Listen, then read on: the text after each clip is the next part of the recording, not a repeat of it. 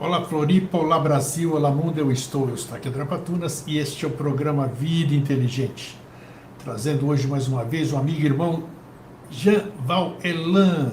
E hoje nós vamos falar sobre um tema que ele domina muito e eu tenho muitas dúvidas. O que ele tem de muito, eu tenho de muito também, muita dúvida, e ele tem muito conhecimento. E o título que se apresentou hoje é Como entender dois mundos distintos. E o que é isso? Hoje nós vamos falar sobre o mundo físico e nós vamos falar sobre o mundo espiritual. Parece, apenas parece, que é um assunto desgastado, muita gente fala disso, né?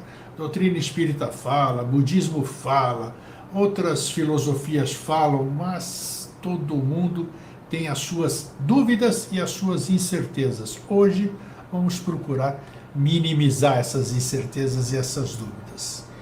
E aí, Elan, como é que você está? Tudo bem? Olá, Eustáquio. Tudo em paz. Obrigado mais uma vez pela oportunidade de estar aqui junto com você e todos os seus amigos e amigas do circuito aí, seus telespectadores. É sempre muito bom e espero ser útil.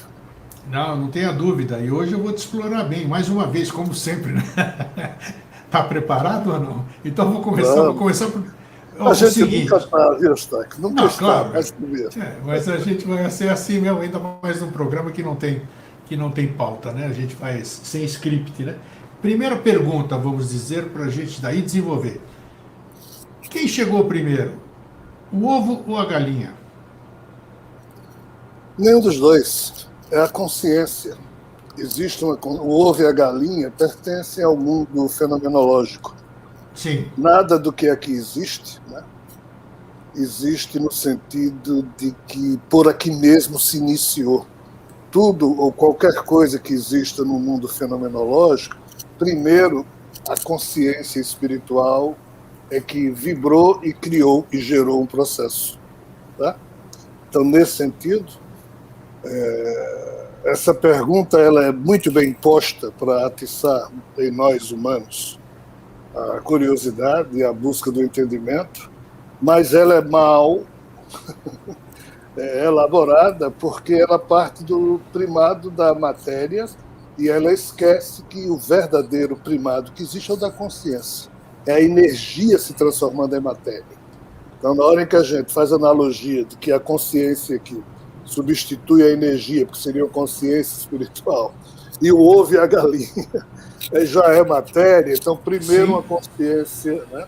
Então, nesse sentido, muito fatalmente, a consciência primeiro criou um código, esse código de vida, de alguma forma, foi consubstancializado dentro de uma gotinha de um ácido que a gente chama de desoxirribonucleico, que já traz consigo DNA e ninguém sabe de onde veio esse DNA. Disso aí surgiu toda uma evolução. Nesse sentido, o ovo ou o óvulo surgiu primeiro. Tá? Mas, assim, não é tão simples o entendimento. É interessante, porque a pergunta se apresentou exatamente para preceder a segunda pergunta, que seria, vamos dizer, de onde surgiu a humanidade? De onde surgiu o homem físico, né? Nós estamos falando de eu, você aqui, físico, como nós estamos hoje. Aconteceu alguma manifestação, daí tem a historinha de Adão e Eva e tudo aquilo lá, que, poxa, nós já somos adultos agora, já é muito difícil você ficar acreditando em historinhas desse tipo, né? Então, como é que se manifestou aqui? Então, o que se manifestou primeiro? Eu até anotei algumas coisas, diferentes de outras vezes, porque eu não quero me esquecer. Quero saber o que vale, o que é verdadeiro. O que nós estamos aqui hoje, eu, você, ou o que nós estaremos, ou nós somos, ou nós fomos, sei lá o quê. Qual é o real da coisa? Porque se existia o espírito, se existia... Porque, acredito, toda a história, toda a filosofia, tudo que você lê de coisa transcendental iniciática fala sobre um tal de imanifestado. O imanifestado, claro que jamais pode ser algo físico do jeito que a gente conhece, né? Então, você captou mais ou menos o que eu quero perguntar nessa questão? Sim. A gente volta, de certa forma, para a questão anterior. Quando Einstein definiu que energia seria igual a massa vezes a velocidade ao quadrado, né? Essa constante variação ou transformação de energia em matéria, né? A constante de Planck diz que o menor tempo que existe, dentro de um segundo, a gente acha que um segundo é o menor tempo que existe, mas não é. Aqui tem bilhões e bilhões de microinstantes, e o 10 elevado a menos 46, 47, que é o tempo de Planck, né, diz que esse é a menor diminuição que a gente pode fazer em termos de existência de tempo. Então, dentro de um segundo cabem muitas coisas. Só que para o nosso cérebro a coisa não funciona assim. Sim. Mas o seu corpo, Eustáquio, o meu, o universo, tudo que existe nesse universo, ele se materializa e desmaterializa bilhões de vezes em um segundo e a gente nem nota. Isso é ciência. Ou seja, o que é que isso quer dizer? Que o jogo, primeiro que a gente deveria entender e não entende, é que a energia se transforma em matéria e a matéria volta a se transformar em energia o tempo inteiro, e isso é que mantém o nosso universo funcionando. Sob essa perspectiva, o que diabo seria energia? Seria o impulso criador da consciência. E o que diabo seria a matéria? A forma como as partículas elementares, os prótons, nêutrons, os neutrinos, os fótons, os elétrons, se comportam de acordo com a ordem que veio nessa vibração da consciência, e assim o mundo material se organiza. Então eu vou agora esquecer o mundo espiritual por um instante, depois a gente volta a falar, e vamos falar só do aspecto material, para a gente colocar para os nossos telespectadores o que é que a ciência fala a respeito. Depois eu falo da espiritualidade. Até hoje a ciência humana ela foi tremendamente genial para muitas coisas, porém ela não consegue perceber os elos que unem certas descobertas que a ciência fez. Aí a ciência termina fazendo vista grossa para esses hiatos que existem, dizendo que não existe hiato, que a ciência explica tudo, mas não explica. Então, o que é que a ciência sabe? Essa coisa que a gente chama de vida, a Terra, o nosso planeta, se consolidou há 4 bilhões e 600 milhões de anos. Era uma bola de magma, de rochas que foram se batendo, né, e formou-se. Durante 800 milhões de anos, essa bola de magma foi se esfriando até que ficou esse mundo físico que a gente conhece. Há 3,8 bilhões de anos ocorreram duas coisas magistrais. Uma, a água, pela primeira vez, conseguiu formar lagos, rios na Terra, porque antes o calor fazia com que a água se evaporasse. E qual foi a outra coisa estranha? Em alguma poça d'água da Terra, seja de mar, rio, ou num lagozinho qualquer, ou numa lama, ou num vulcão, ou num geyser qualquer, uma gota de ácido com o DNA do jeito que ele é hoje. As 4 bases nitrogenadas, guanina, timina, citosina, adenina, se juntando em 3 para criar códons, e milhares de códons criam um gene. Então, hoje, um ser humano tem 28.869 genes. Essa codificação, que tem mais de 6 bilhões de bases de informação, dos 28.869 genes de um ser humano, surgiu há 3,8 bilhões de anos atrás, na famosa célula-mãe, a molécula-mãe, que apareceu em alguma poça d'água da Terra, mas ela já surgiu pronta. E ninguém sabe como isso aconteceu, mas todos os cientistas já sabem que aconteceu. Os cientistas não discutem isso. O que eles discutem é como é que essa molécula surgiu aqui, ou do que é que ela se formou. Então tem 3 explicações. A teoria da geração espontânea, a panspermia balística e a panspermia dirigida. Que diabos é isso aqui? Os cientistas defendem, com um tipo de fé maior do que a dos religiosos que acreditam em outras coisas, que Isso aqui surgiu através da chamada gestação espontânea, elaboração espontânea, ou seja, o acaso teria construído isso. Mas qual é o problema deles? Nos 800 milhões de anos antes de aparecer essa gotinha de ácido no meio da água, não existiam os elementos químicos que terminaram compondo o ácido desoxirribonucleico na Terra. Não existiam. Então, o que é que aconteceu? Francis Crick e outros cientistas, Francis Crick ganhou o prêmio Nobel, ele foi um dos descobridores da hélice do DNA em 1953, ele disse, olha, isso não foi elaborado aqui na Terra, não pode ter surgido da Terra, isso veio de fora. É chamada panspermia. A panspermia balística diz que veio de fora no bojo de um cometa, que caiu aqui na Terra, e do jeito que um espermatozoide cai num óvulo e semeia a vida, esse cometa teria trazido essa moléculazinha e jogado aqui, o que só faz transferir o mistério para outro lugar, onde é que diabos isso aqui se formou. Aí Francis Crick disse que não, que nenhum cometa trazendo uma molécula sofisticada como essa teria entrado na atmosfera e essa molécula teria sobrevivido à entrada na atmosfera sem se decompor. Francis Crick disse que não.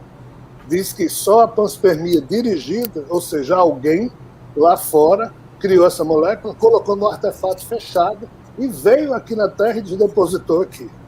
Aí os caras disseram, mas você é um prêmio Nobel, está dizendo que Deus existe? Eles não estou dizendo que alguém trouxe. Não, então ou é Deus ou é extraterrestre.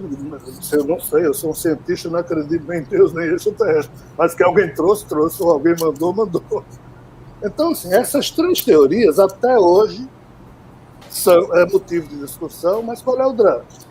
Aqui surgiu a primeira forma de vida na Terra, mas que forma de vida é essa? Vírus, bactéria, esses micro-organismos unicelulares. E observe, tá?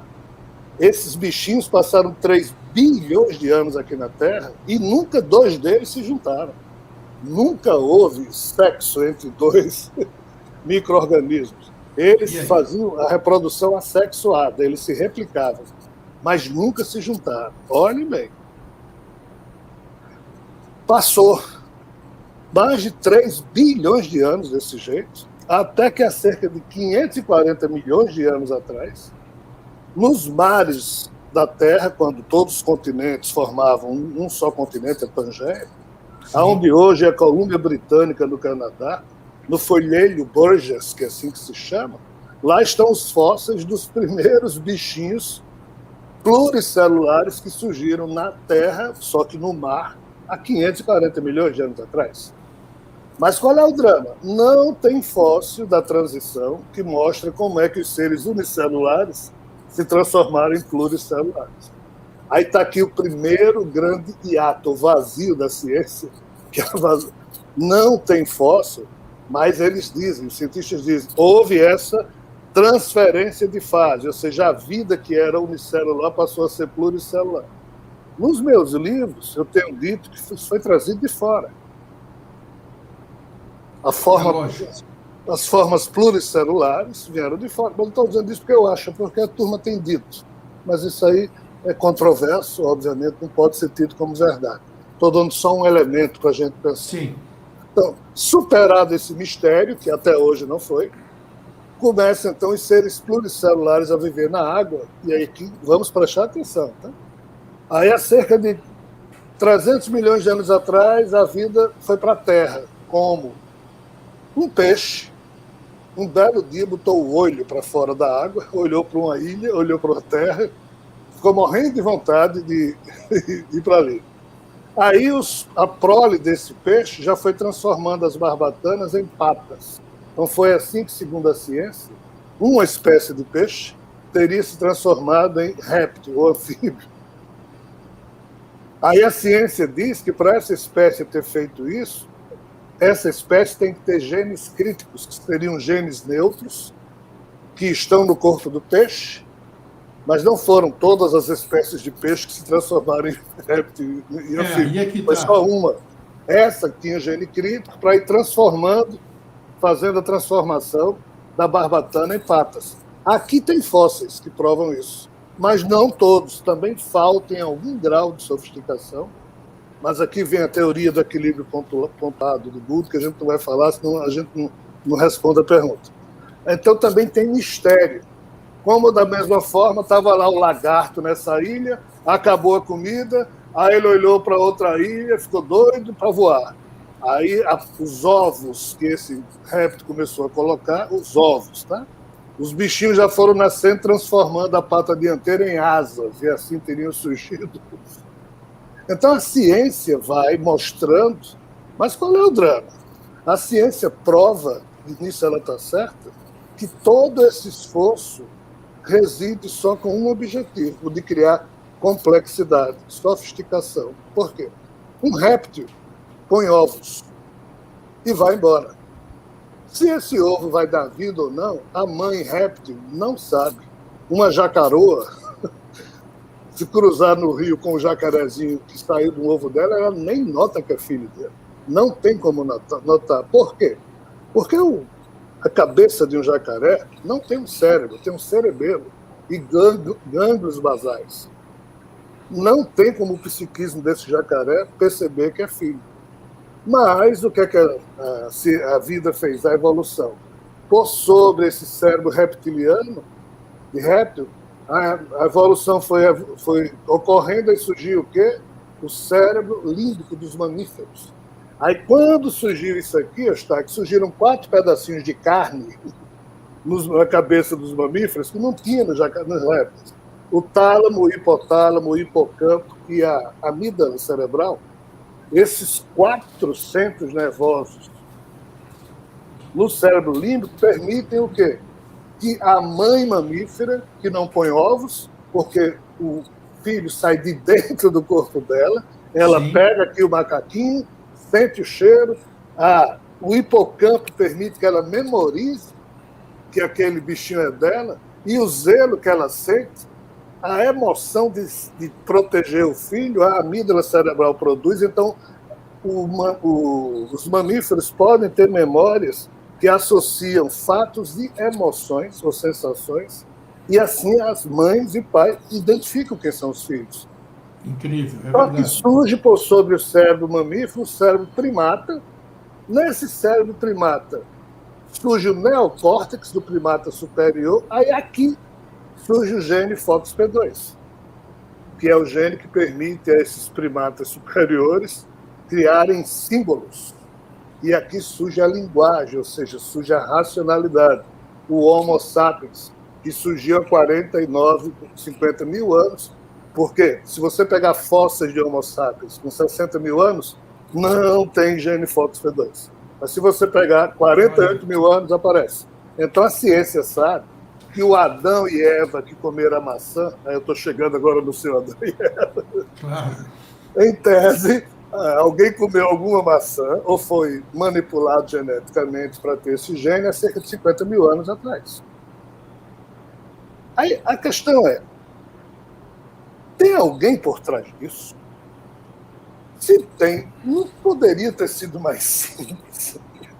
Aí é que está. Decente, ético, porque tudo isso é um jogo tenebroso de caos, dor, sofrimento. Com certeza. Tudo que a espécie surge matando a outra. Então, na hora que... Aí agora eu vou sair da ciência e vou para a religião. Não, um Deus maravilhoso, perfeito, amoroso é que criou isso. Pelo fruto se conhece a árvore. Não foi. Não pode ter sido. Então, não pode ter sido. Então, isso aqui é bom para as crianças ou para os seres humanos ainda imaturos ou infantilizados, que precisam acreditar, mas não pensar, porque se pensar isso não se sustenta. Claro. Então, assim, a gente respeita a fé de quem pensa assim, mas não foi. Mas se não foi um Deus maravilhoso, o que é que diabos foi? A ciência diz, foi o acaso. Não pode. Também não pode. Eu estou lançando um livro chamado Nem Deus, Nem Javé, Nem Darwin, : A Evolução Possível. Eu estou lançando um livro, inclusive. Eu ia te perguntar, Darwin estaria mais próximo disso tudo ou não? Ele Sim, chegou... Darwin foi genial. Ele percebeu o aspecto do acaso, da aleatoriedade que se associa algum estranho projeto de uma insistência de alguém que queria alguma coisa, mas nunca soube executar. Então, no meio na tentativa e no erro, a evolução se processou. Darwin é genial. Quem não é genial são os seguidores de Darwin, os darwinistas e os neodarwinistas, que transformaram o acaso numa crença maior do que os religiosos fazem de Deus, o que também não explica. Então, o corpo humano surgiu como produto disso, de uma série de intrincadas relações que o acaso não explica. Aí, de novo, lá vou eu. Nos meus livros eu digo que, em alguns momentos da transição mamífera e primata, seres foram trazidos de fora, já complexos, para serem manipulados e misturados com o que estava vendo na Terra, e o ser humano seria meio que produto disso. As mitologias falam disso, entendeu, Eustáquio?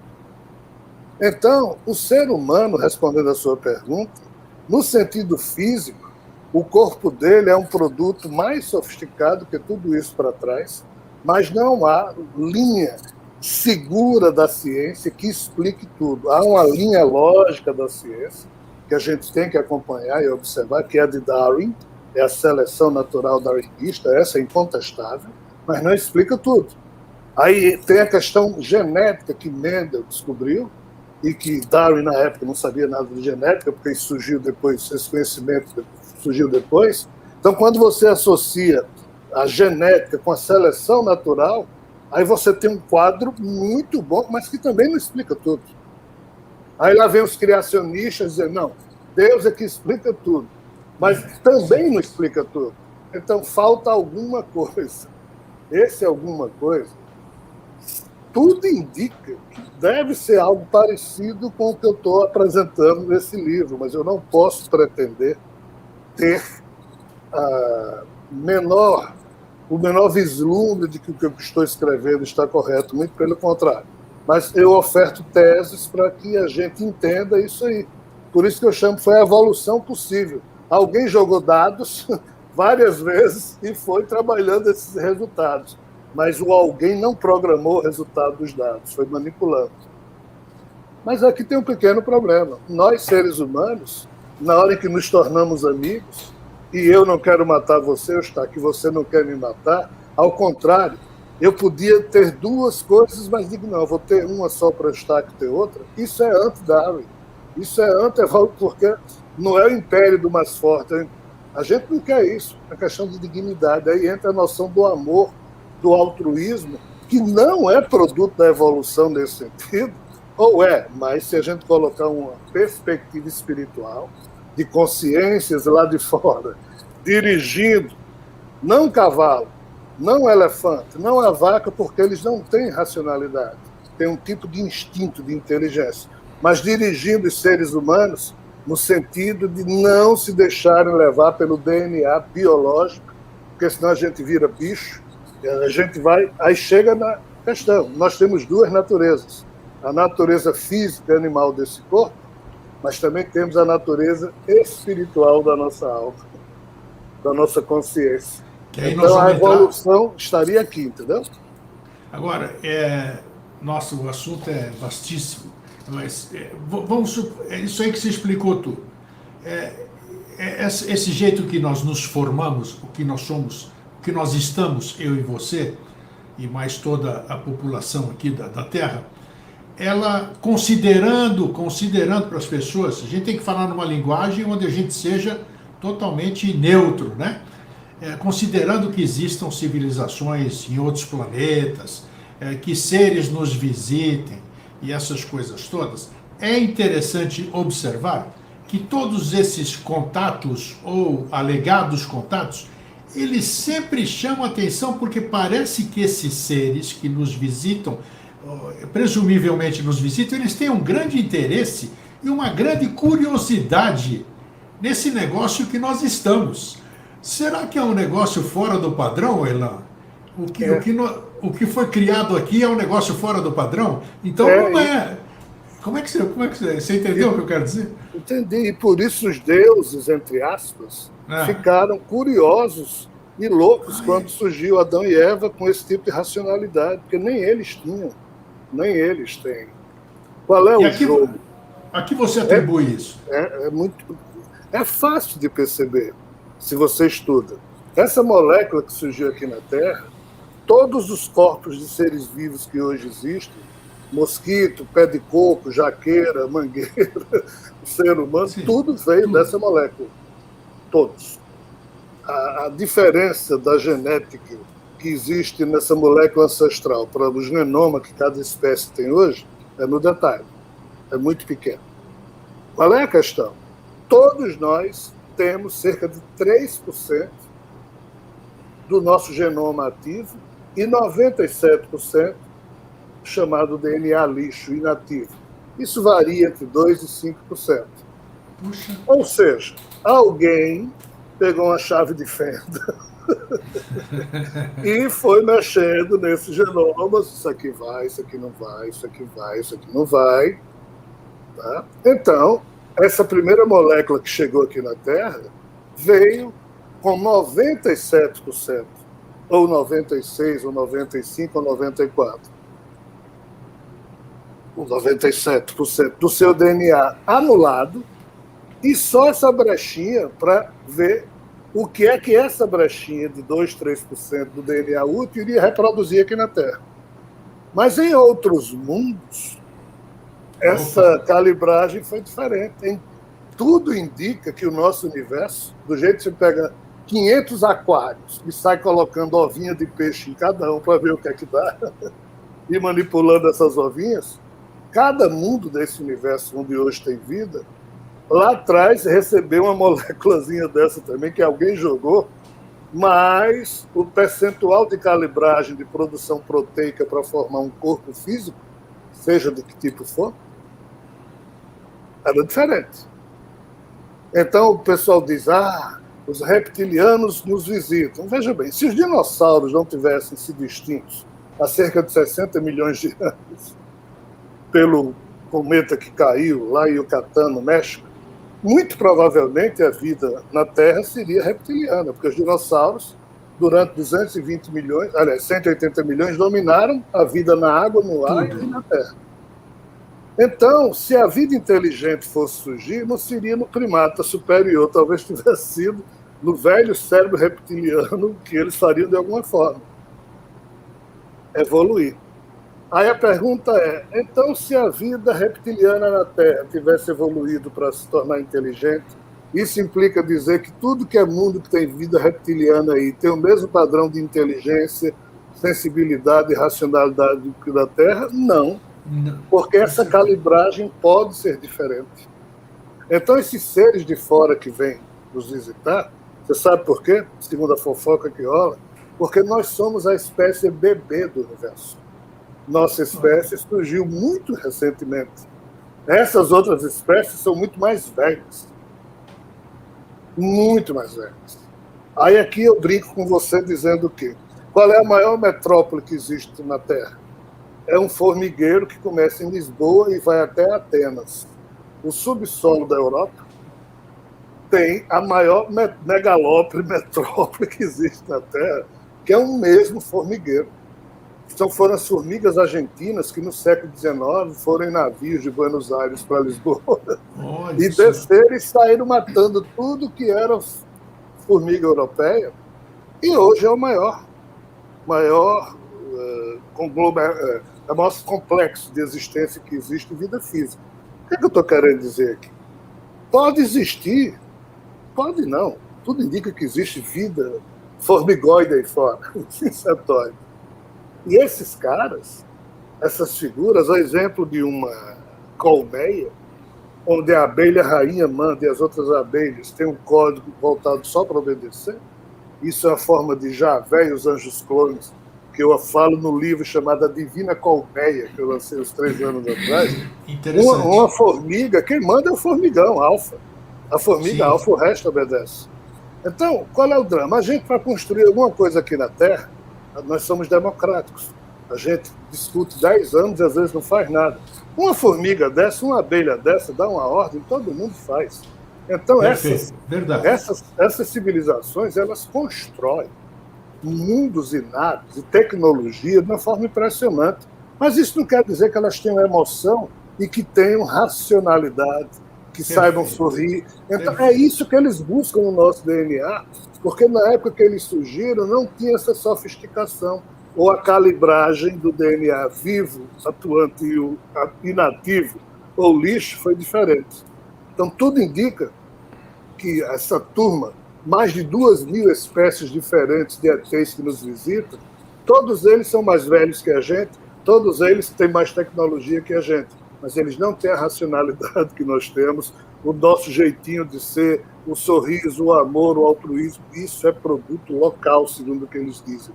E isso é motivo de... é a manchete da vida deles. Acredita, tem lógica, mas infelizmente, com toda essa inteligência que nós temos, nós não conseguimos ter a disciplina das abelhas, das formigas, como você deu, né? Isso é uma incoerência fantástica, né? Elá, eu quero, muito bem, você definiu, nossa, nem podia imaginar que ia dar nisso. Muito bem, isso é a manifestação física que você deu, essa população aqui no planeta. Agora, existe a coisa extrafísica? Eu até a pergunta pode parecer idiota de estar aqui, porque todo mundo conhece você, todo mundo sabe como você pensa, eu também, então... Mas a questão lá, existe um mundo espiritual, que dizem que é um mundo espiritual. E quando a gente para de respirar aqui, e a gente tem que ser enterrado ou cremado, seja lá o que for, alguma coisa nossa sobrevive. Alguma coisa sobrevive ou continua, vamos dar a terminologia que for. Qual é o fundo, procura dar uma lógica nisso, procura, como você foi brilhante na sua explicação nessa constituição física, como é que você consegue explicar essa maneira? Onde começou isso aqui? Começou no outro plano que você vai falar agora? Ou começou nesse plano que você falou dessa micro coisa que veio aqui e desenvolveu? O que existia? O que existia antes? Por que existe? Existe esse lado de lá? Por que a gente não lembra desse lado de lá? E dizem, vamos lá, para deixar você falar, e dizem que quando a gente vai para lá, quando a gente desencarna, quando a gente morre, quando a gente patati patatá, seja lá o que for, a gente está do lado de lá, a gente fica olhando para cá. Parece que você vê sua família, parece que você vê seu corpo, parece que você vê isso, parece que você vê aquilo. Por que que daqui para lá não se vê nada e de lá para cá é possível se ver? Quer dizer, é uma mistureba que eu te perguntei aí, mas você no seu brilhantismo de sempre, eu sei que você vai destrinchar bem o que eu quis perguntar. Você é muito generoso. Mas não é isso não, meu irmão. Mas vamos lá. Existe uma forma meio infantil da gente entender isso, mas eu vou fugir a isso.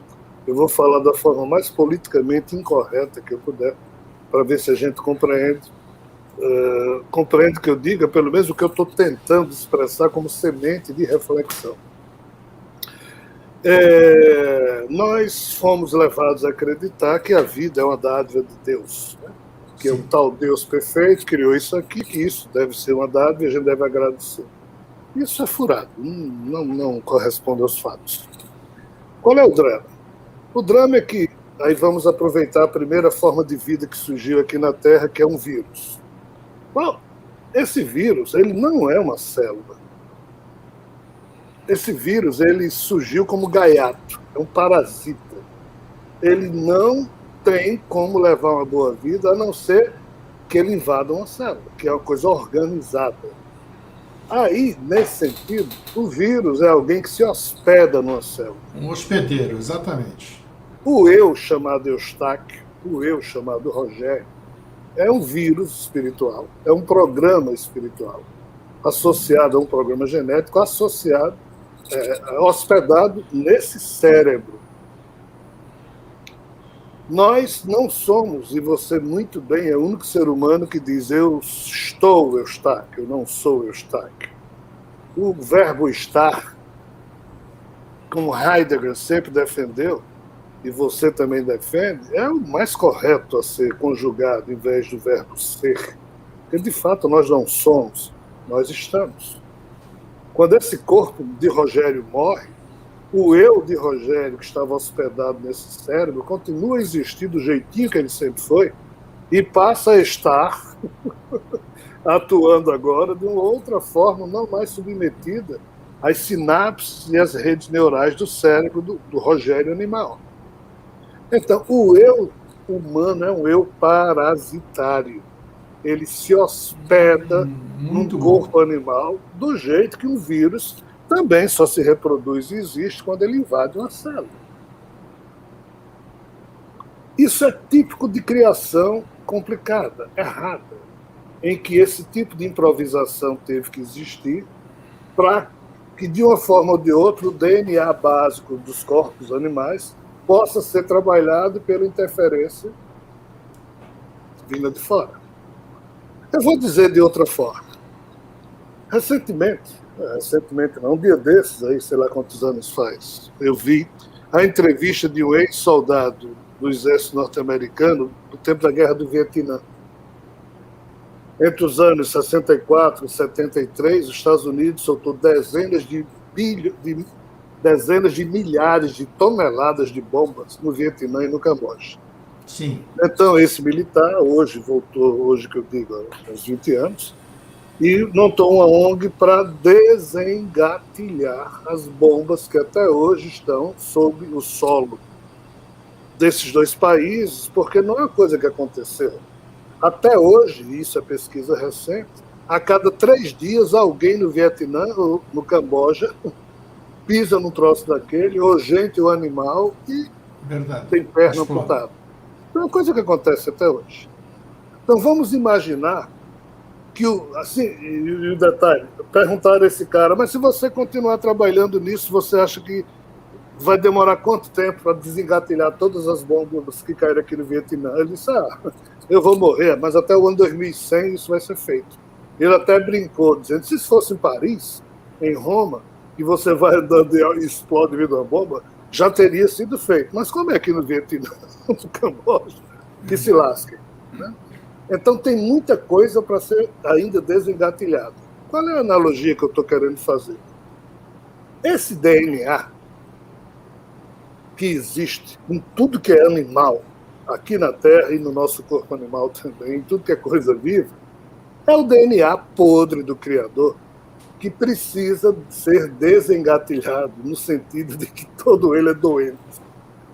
Como os Estados Unidos deixou o lixo lá, como a queda do Criador fez com que ele não pudesse cuidar do seu próprio lixo, outros têm que fazê-lo.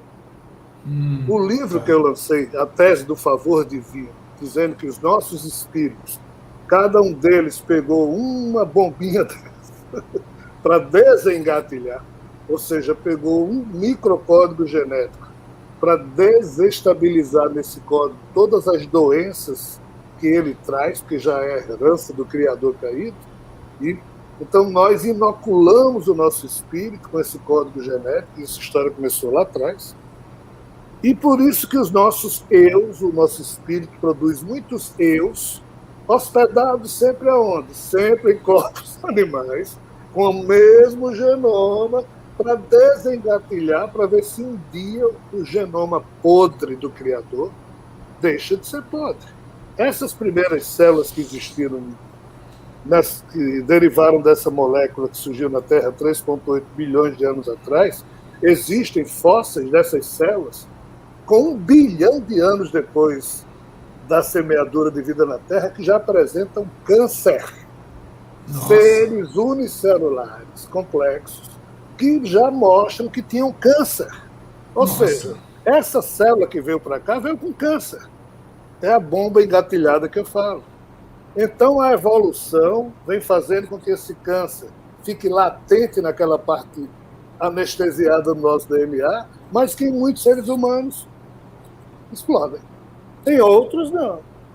Aí depende do tal karma negativo.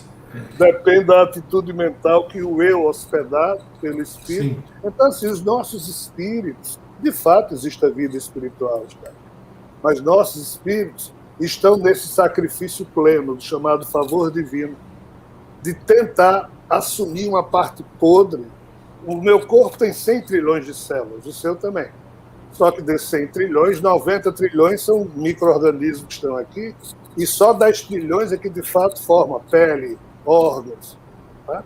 Então, se eu tiver doença em cada célula dessa, e eu não posso cuidar de mim mesmo, eu peço a amigos meus que cada um pegue o código podre de cada célula e tente resolver no laboratório e depois me devolva aquilo curado para ver se eu fico bom. É isso que nós estamos fazendo. Só que isso não é agradável de ser entendido, isso não é politicamente correto de ser dito, mas sim, existe vida espiritual, mas ela é refém desse tipo de criação e de vida problemática, e é por isso que os nossos espíritos, tipo um cara que vai numa carroça, com a rédea em cima dos cavalos, vai puxando o cavalo para cá, e os cavalos não obedecem, é o espírito sendo o cocheiro e o nosso corpo e o nosso eu, os cavalos. Às vezes a gente obedece ao que vem da consciência dos nossos espíritos, outras vezes não. Porque o ego humano é tremendamente complexo, karma, e tem essas coisas todas aí. Mas que maravilha, que maravilha. O gostoso de conversar com você é que você faz a gente pensar.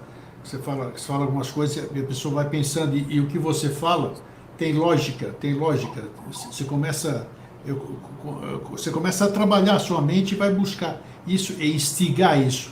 Agora, eu pergunto o seguinte, eu estou aqui, um monte de pessoas que você conhece, que conheceu, estão aqui na sua vida, você está dando entrevista, você está falando aqui, tal. Amanhã não está mais. Aconteceu, você passou para o mundo, esse tal de mundo espiritual. Quer dizer, você tem planos, você tem projetos, você estava executando alguma coisa, ou você é jovem, independente, vamos esquecer a idade, porque senão aí vai ficar muito mais complexo, né?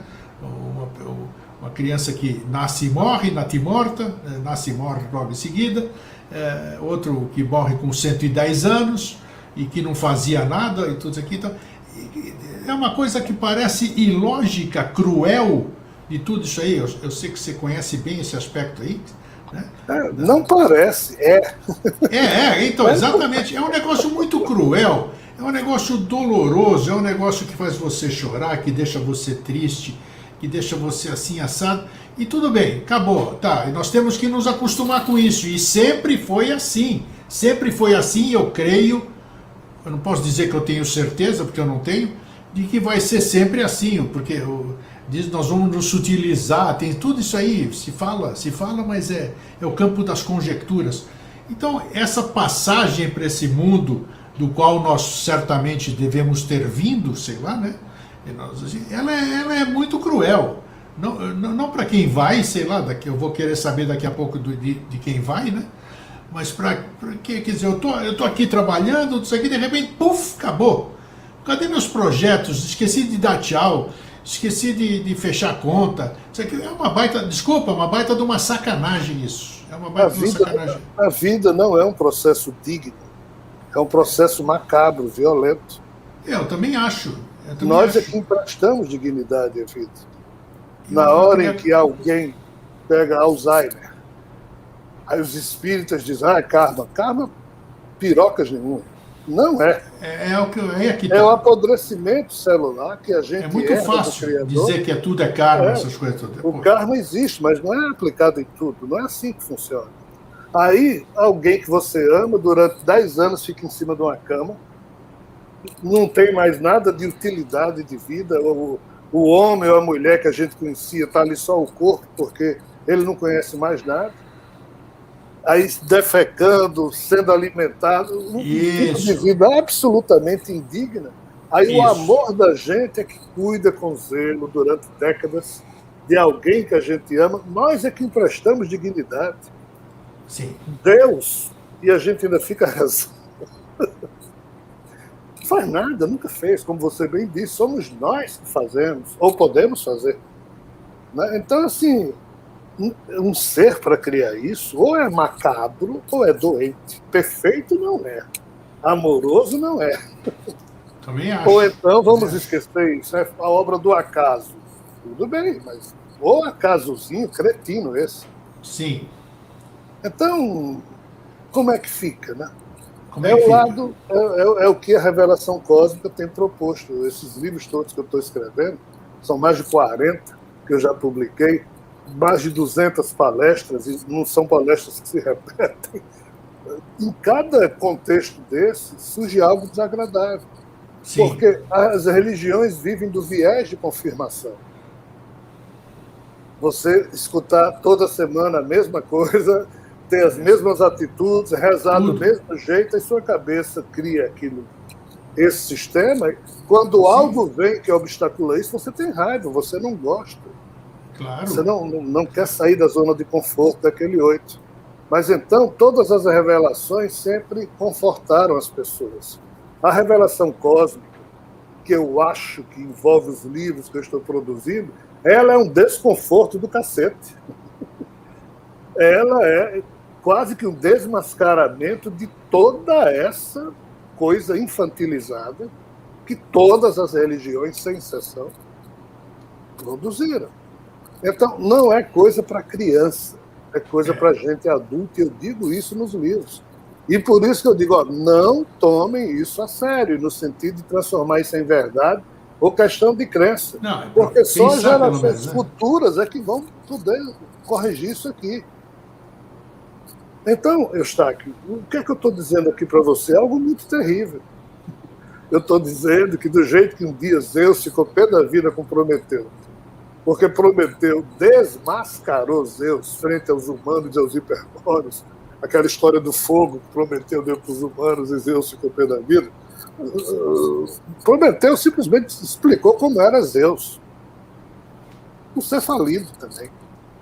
Com poder, mas falido em termos de racionalidade. Então, na hora em que o Snowden mostra todas as maracutaias e projetos mil que o governo dos Estados Unidos, que fala em democracia e em respeito, mas está igual a tudo que é governo, russo, chinês, nem presta, observantes desse sentido, todos eles estabeleceram a mentira e o terrorismo de Estado como sendo os negócios do Estado. Né? Quando o Snowden desmascara o governo norte-americano, claro que o mundo cai em cima dele. Prometeu, se ferrou. O que eu estou fazendo é um desmascaramento complicado. Por isso que eu pago um preço muito alto. As 300 mil famas que eu tenho. Inclusive, isso tocou fundo a minha vida profissional, porque minha credibilidade foi para o inferno. Cada um de nós paga um preço. Né? Sem contar com os meus erros nessa história. Por isso que eu digo, nada disso aqui. E como eu não só tenho esses 40 livros e essas palestras que eu fiz até hoje, tem mais um bocado de coisa. Então, assim, parece que cabe ao tipo de raciocínio que de vez em quando eu desenvolvo nos seus programas, cabe a ele, a esse tipo de raciocínio, a chave de a gente perceber aquilo que Jesus dizia. Aquele que busca a verdade nunca vai deixar de buscar, porque a maioria dos seres humanos não busca. Então, aqueles que buscam, é como se tivesse um vício neles que nunca vai fazer com que eles deixem de buscar, vão buscar sempre. Aí Jesus disse, aqueles que buscam, de tanto buscar, um dia vão encontrar a verdade, mas vão ficar o quê? Estupefatos. Aí depois daquele livro, e depois... mas liberto. Agora, primeiro é um susto, não é, que coisa maravilhosa. Então, esse susto é o que a revelação cósmica, que esses livros que eu estou produzindo e outras pessoas também, e quando tivermos os primeiros contatos com seres de fora, isso vai ficar mais ainda claro, porque nenhum deles é bonzinho, é santo. Ao contrário, esses seres precisam loucamente do DNA humano, e a gente não precisa lá muita coisa deles. O que eles têm que nós não temos é tecnologia, só isso. Então, a revelação cósmica é meio que uma tijolada, é um desmascaramento. Ou seja, isso não tem como acabar bem, entendeu, Eustáquio? Mas vai fluindo. Vamos atrás. Agora, queria saber o seguinte, Elan, quando nós passamos por lado de lá, eu disse, muitas vezes, a maioria das vezes a gente passa subitamente, né? Já aconteceu 2 vezes comigo. Você contou 2 vezes. Você falou. Então, mas como é que você vai para o lado de lá, você se dá conta, você desperta... Não é bem assim. Como é que é o lado de lá? Como é que é o lado de lá? Você fica coçando, você fica trabalhando, você fica fazendo o quê? O que lá para você já que você foi tirado desse mundo físico? Sob essa perspectiva espiritual, é conveniente que a gente entenda que há uma espiritualidade pré-existente, organizada, bonita, maravilhosa, amorosa, perfeita, mas que é absolutamente inútil no sentido de resolver os problemas desse caos que a gente vive. E há uma outra espiritualidade que Kardec chamava de erraticidade, já Sim. que quem se mete nesse caos se surge e não tem como voltar para o paraíso ou ir para o paraíso, que é essa espiritualidade maravilhosa. Então Kardec chamava a erraticidade o quê? A espiritualidade foi se formando em torno dos fenômenos materiais. Né? Então, há dois tipos de espiritualidade. O espírito que anima Eustáquio, que anima Rogério, que anima fulano ou Beltrano, não necessariamente saiu do ambiente a que ele pertence. Se ele estiver limpo, ele pode ser um espírito que está lá na espiritualidade maravilhosa e aquele cabrestozinho que eu falei, linkado lá no ego humano que ele está vinculado àquele corpo. Ou o espírito está meio sujo, então está nessas cidades espirituais que são recentes, foram criadas junto com a evolução do ser humano. Né? Entenda, a cidade Nosso Lar, que Chico Xavier e André Luiz descreveram naquele romance maravilhoso, ela não é igual ao paraíso que existe desde sempre. Ela surgiu no século XVIII, quando espíritos de europeus que vieram aqui para o Brasil desencarnaram e, junto com os espíritos índios, construíram a cidade do Nosso Lar, em um certo nível espiritual. Então vamos entender isso. Há uma espiritualidade já organizada e outra por ser feita. Essa por ser feita tem a ver com o que acontece nesse mundo caótico da gente. Então, o nosso espírito não está aqui, está lá, nesse nível. Mas se eu, Rogério, me torno um idiota, o meu ego é terrivelmente doente, eu sou o dono da verdade, eu sou isso, e tenho sentimentos pesados, eu odeio fulano, odeio Beltrano, tenho inveja. Quando eu faço isso, o coitado do meu espírito, seja ele quem for, ele se suja porque eu estou sujo, e ele então é atraído e quase que se sobrepõe a esse corpo, mesmo que ele continue no nível espiritual. O nível espiritual ele se enlastece, ele se alarga, ele se movimenta, ele é quântico. Porque diz que o espírito, desculpa, você diz que quando você se manifesta no plano físico, você fica sujeito às leis do plano físico. Isso. O espírito também se sujeita a isso. Quer dizer, eu posso ser um espírito, vamos chamar assim, de luz, e chega aqui, eu gosto da coisa aí. E me suja um pouco. Isso é possível. Nesse caso, quando alguém assim, o corpo senta numa latrina para defecar, isso. O espírito desse alguém também se senta, ainda que ele não tenha anos, não vai sair. Sim. Um corpo de alguém transa, se alguém for tarado, o espírito desse tarado, infelizmente, está ali junto com o corpo, mas espírito não tem órgão sexual. Entendi. Quando você não é tarado nem doente, você pode sentar numa latrina, seu espírito continua trabalhando lá na espiritualidade da cidade espiritual que ele estiver vinculado, mas ele está ligado a você. Então, o nosso eu espiritual tem vida dupla. Olha, tá. Enquanto o Rogério está funcionando aqui, o meu eu espiritual, o eu que me anima, pode estar vivendo a vida dele espiritual, com o outro eu dele, que é somatório de todos os eus que ele teve para trás, inclusive já absorvendo coisas de Rogério, se ele gostar. Na hora em que esse corpo morre, o meu eu, vamos supor, daqui a 1 minuto esse corpo vai morrer. Eu estou aqui falando com você, o corpo morre e o meu eu continua falando até notar que houve algum problema.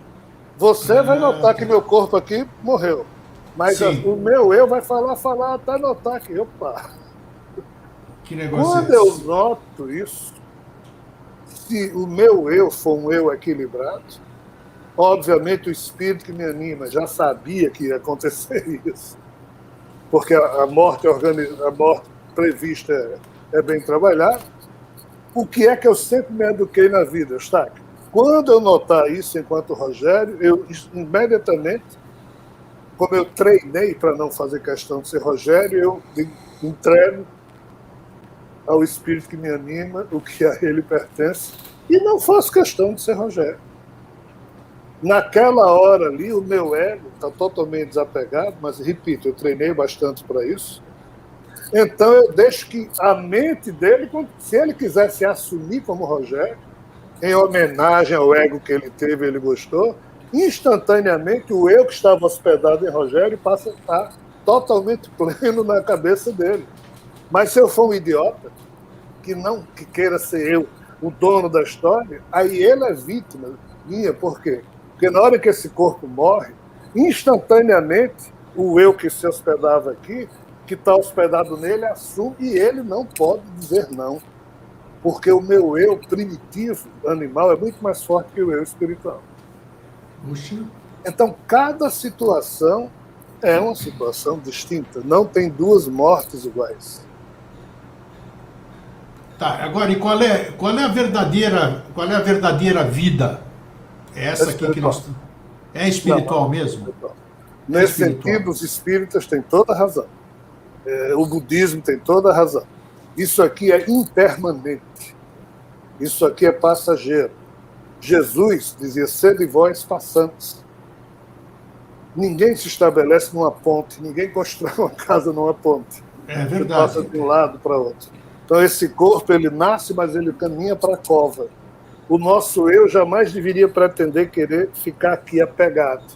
Tem que se aprender a ser desapegado, porque o corpo vai morrer. Então, em algum momento, você vai virar borboleta ou coisa que vai. Esse eu desapegado seria o eu sábio que caminha sendo passante, tendo consciência que isso é uma passagem, e por isso que vive e morre bem. Os tibetanos têm a arte do Powa, que é a arte de morrer bem. Sim. E eu pratico. Os orientais têm muito essa característica. Então, eles não têm drama na hora da morte. Nós, ocidentais, é um drama terrível, associado à ignorância maior ainda. Por que a gente não recorda da vida espiritual, Elan? Vamos esquecer. Dizem os espíritas da vida, porque você não recorda das outras vidas, porque você fez isso, você fez aquilo, você não suportaria isso e aquilo. Tudo bem, concordo, nem discuto isso aí. Por que eu não recordo da boa vida, que é a vida, a verdadeira vida, a vida espiritual? Por que o ser humano é por causa da densidade da matéria? Como é que é isso? Não, é por causa do código definidor do eu chamado Eustáquio, do eu chamado Rogério. Os pais de Eustáquio transaram, aí veio lá um espermatozoide com um código X, no meio de 640 milhões de espermatozoides. Perfeito. A trompa do falópio da mãe de Eustáquio, fecundou o óvulo. Então aqui são dois mundos de informação se juntando, que vão criar o zigoto, o embrião, que vai criar o cérebrozinho, aí lá nasce. Esse cérebro aqui que nasceu, ele tem essa barreira genética terrível que herdou dos pais, e ele não tem como acessar o banco de dados que ele deixou nele mesmo. Ele vai primeiro lidar com o código genético que o pai e a mãe passaram para o novo corpo.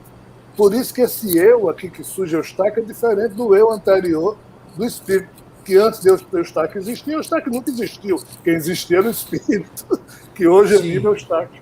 Então, essa barreira, como cada novo corpo que surge, vem a partir da edificação de dois códigos cedidos pelo pai e pela mãe, e como o código genético do pai e da mãe não sabem nada do que a vida do espírito de Eustáquio antes teve, não tem como ter relação genética. Pode ter relação espiritual, se o espírito de Eustáquio conseguir estabelecer no cérebro de Eustáquio uma região onde as sinapses e as redes neurais possam permitir a ele uma ligação e ele então começar a se relacionar com o eu dele. Aí quando ele diz Eustáquio, é para a direita. Aí a gente sente uma intuição que é para a direita, isso é o nosso espírito falando com a gente. Mas se a gente não estiver bem equilibrado, qualquer encosto diz, estaca é para a direita, mas é para ferrar a gente. Tem razão. É um jogo terrível, isso não é honesto. Isso é macabro, mas é assim mesmo. Paciência, não estamos aí. Agora, escute, e do lado de lá? Do lado de lá eu tenho visão plena? Não. Porque o lado de lá, como eu lhe disse, é o seguinte. Essa espiritualidade pré-existente é que tem visão plena. Ainda que com um probleminha no campo da percepção, porque o que a gente chama de perfeição não sabe lidar no caos. Não sabe lidar com o caos. Mas nesses níveis da erraticidade, esses diversos níveis espirituais, como se fosse um edifício invisível, tá? Onde os espíritos que animam os nossos corpos estão lá, cada um no seu andar, cada um com a sua matrix, acompanhando o corpo e Sim. O eu epifenomenológico que surge junto com esse corpo. Né?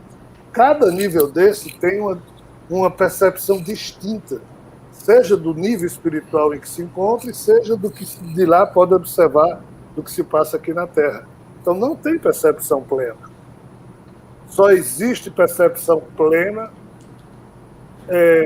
espíritos que têm, além de limpos, têm no seu DNA já os motores de uma percepção mais ampla, que naturalmente abrem os portais entre essas diversas regiões, mas isso é muito raro, tá, Eustáquio? Aqui na Terra tem muita gente que eu me desdobro, faço isso, faço aquilo, de fato, é real. Mas isso não quer dizer muita coisa. Às vezes é só entre dois níveis. São centenas de milhares de níveis de realidades alternativas e simultâneas que estão vibrando. E o eu da gente espiritual está hospedado em um nível desse aí.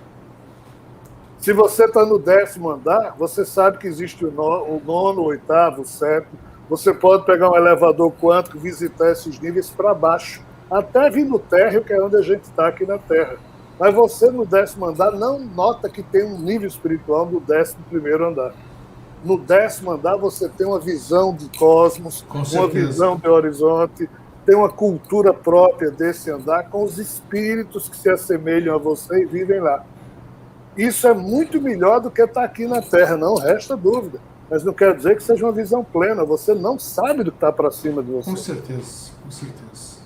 Então, a lucidez e o tirocínio humano devem ser trabalhados enquanto a gente está aqui, porque, olha o absurdo que eu vou dizer agora, mesmo lá sendo a vida real, lá não se modificam as coisas. E esse é o problema do paraíso.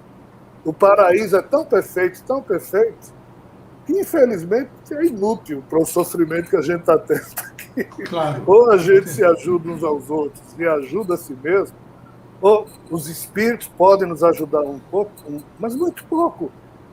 As coisas não se movem do jeito que a infantilidade da crença pensa. A coisa mais boba que um espírito pode dizer através de um médium é que para Deus nada é impossível. Isso não é verdade. Porque se isso fosse verdade, esse Deus é o sujeito mais macabro que existe, porque se para ele é possível evitar o escândalo de criancinha sendo estuprada toda hora na Terra, e ele nunca fez nada, ou está errado isso, ou o cara é macabro, não é Deus.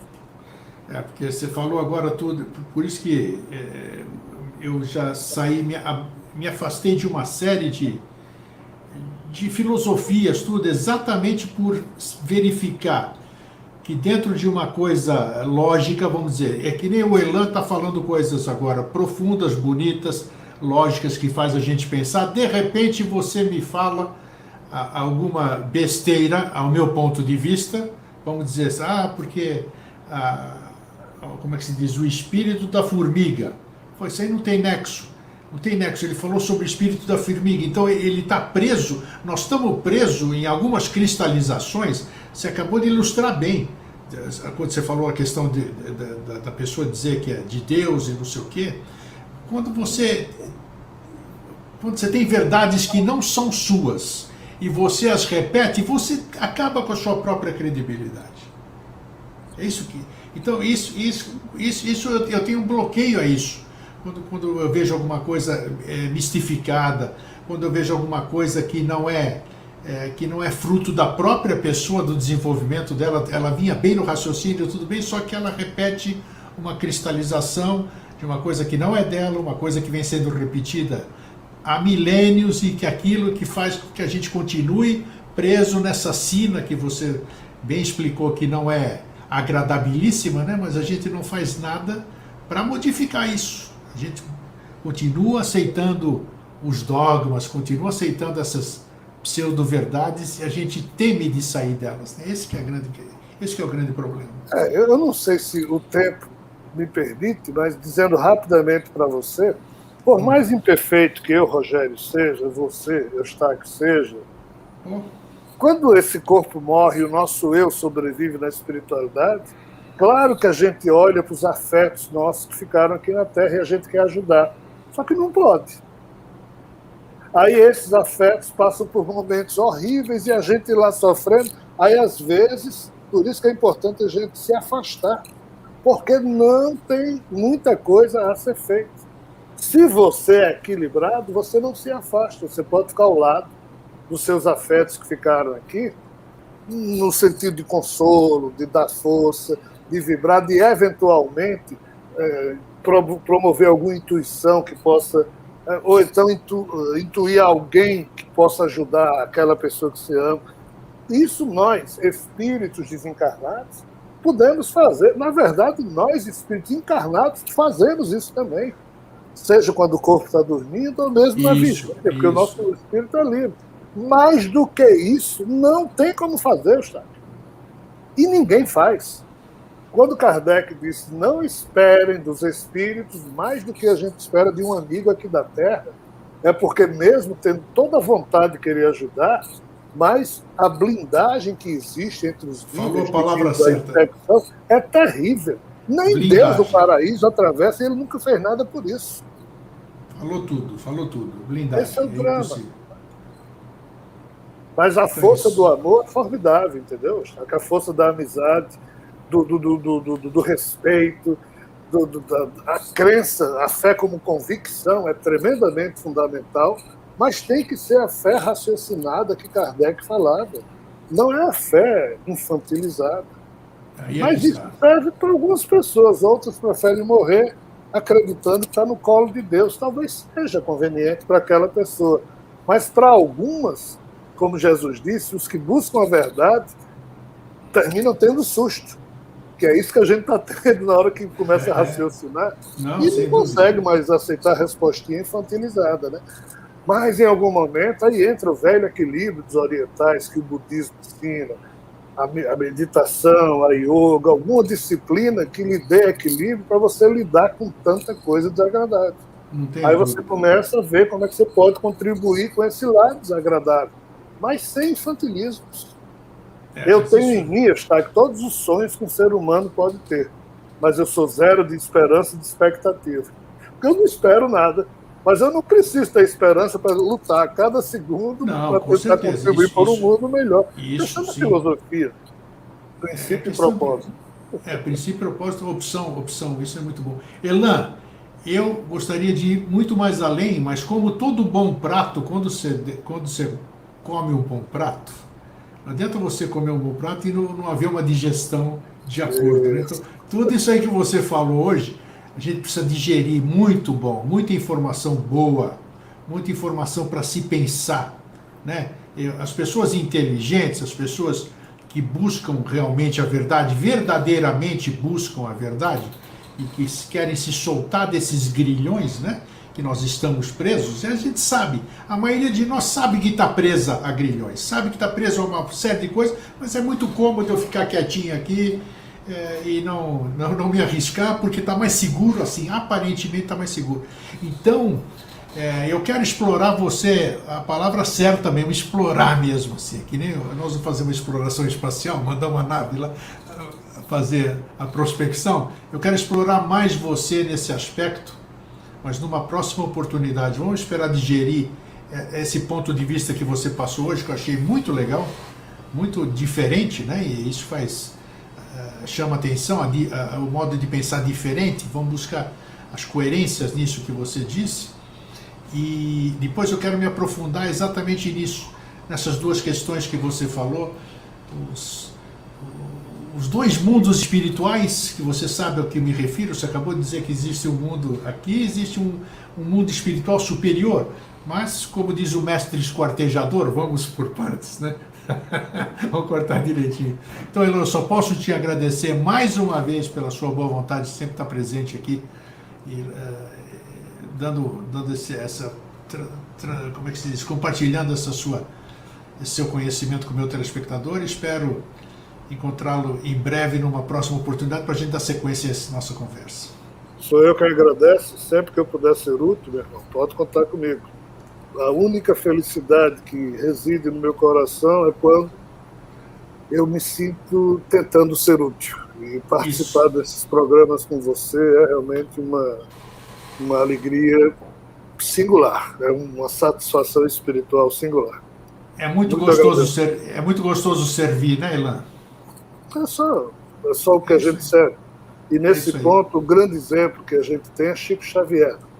Poderia ser um milionário, trilionário, gente importante, serviu a vida inteira e nunca quis colher as consequências do... É isso aí. Essa foi a opção dele, né? Escolha dele. Todo mundo tem a sua livre escolha, né? Elan, um forte abraço e até a próxima oportunidade, meu querido irmão. Um abraço. Grande abraço. Gente, que delícia, né? Eu sei que às vezes a gente fica, puxa, mas o que ele falou? O que ele falou? Exatamente isso, esse que é o objetivo, né? Instigar, fazer com que as pessoas vão buscar novas informações, contestem, discordem, porque isso ir atrás, sair desse comodismo que nós reclamamos tanto, mas que a gente não se esforce em absoluto para mudar isso. Gente, um fraterno abraço e um feliz sempre. Até a próxima.